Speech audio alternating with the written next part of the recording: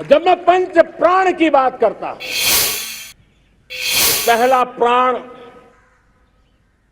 अब देश बड़े संकल्प लेकर के ही चलेगा। बहुत बड़े संकल्प लेकर के चलना होगा और वो बड़ा संकल्प है विकसित भारत। अब उससे कुछ कम नहीं होना चाहिए। बड़ा संकल्प। दूसरा प्राण है किसी भी कोने में हमारे मन के भीतर, हमारे आदतों के भीतर गुलामी का एक भी अंश अगर भी अभी भी है तो उसको किसी भी हालत में बचने नहीं देना।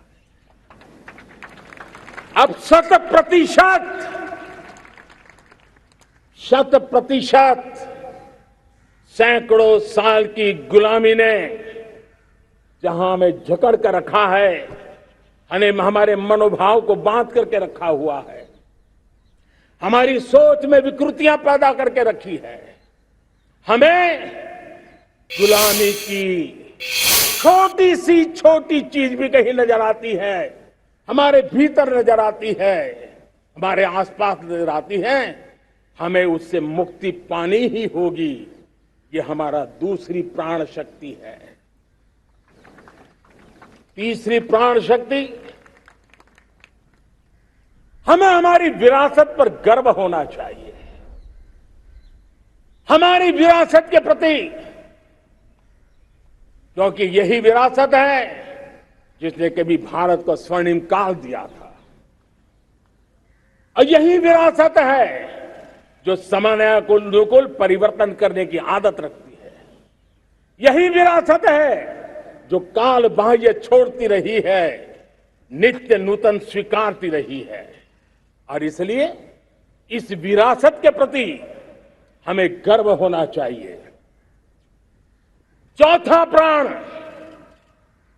वो भी उतना ही महत्वपूर्ण है, और वो है एकता और एकजुटता। 130 करोड़ देशवासियों में एकता, न कोई अपना न कोई पराया। एकता की ताकत एक भारत श्रेष्ठ भारत के सपनों के लिए हमारा चौथा प्राण है। और पांचवा प्राण है नागरिकों का कर्तव्य। नागरिकों का कर्तव्य जिसमें प्रधानमंत्री भी बाहर नहीं होता है, मुख्यमंत्री भी बाहर नहीं होता है, वो भी नागरिक है।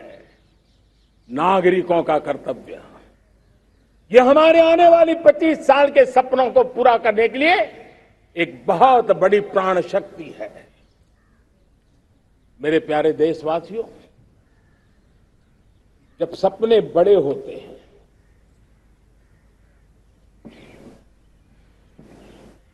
जब संकल्प बड़े होते हैं, तो पुरुषार्थ भी बहुत बड़ा होता है, शक्ति भी बहुत बड़ी मात्रा में जुट जाती है। अब कोई कल्पना कर सकता है कि देश 40-42 के कालखंड को याद कीजिए।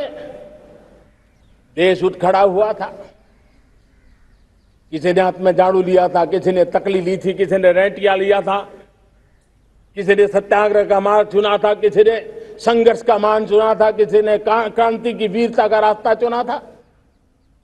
लेकिन संकल्प बड़ा था आजादी, और ताकत देखिए, बड़ा संकल्प था तो आजादी लेके रहे।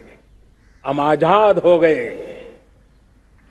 अगर संकल्प छोटा होता, सीमित होता, तो शायद आज भी संघर्ष करने के दिन चालू रहते। लेकिन संकल्प बड़ा था तो हमने हासिल भी किया।